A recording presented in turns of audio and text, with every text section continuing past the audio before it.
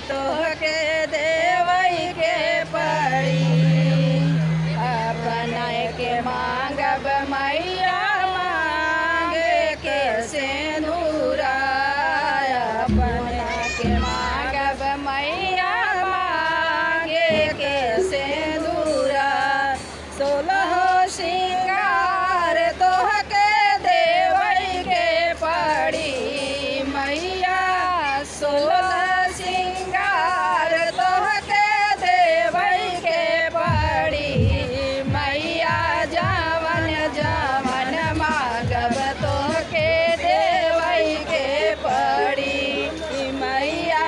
जवन जवन मांगब तोहके देवई के पड़ी। हाथवा के मांगब मैया हाथ के कंगनवा।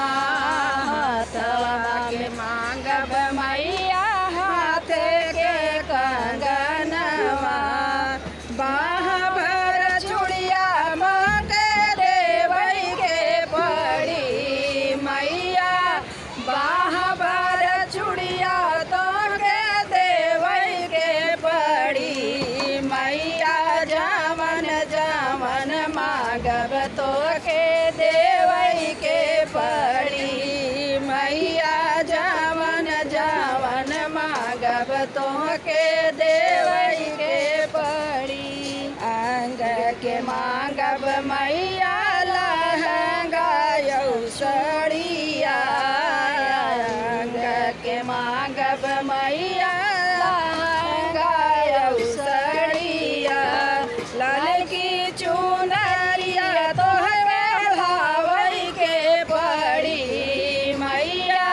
लाल की चुनरिया ओढ़ावई के पड़ी मैया।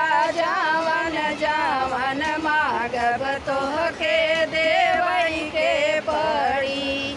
घंटा बजाइब पूजा लेवई के पड़ी मैया। घंटा बजाइब पूजा लेवई के पड़ी मैया। जवन जवन मांगब तोहके देवई के पड़ी। नैहर के मांगब मैया भैया भतीजवा।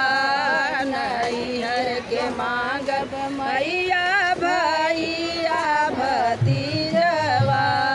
ससुर में पूरा परिवार तोहके देवई के पड़ी मैया।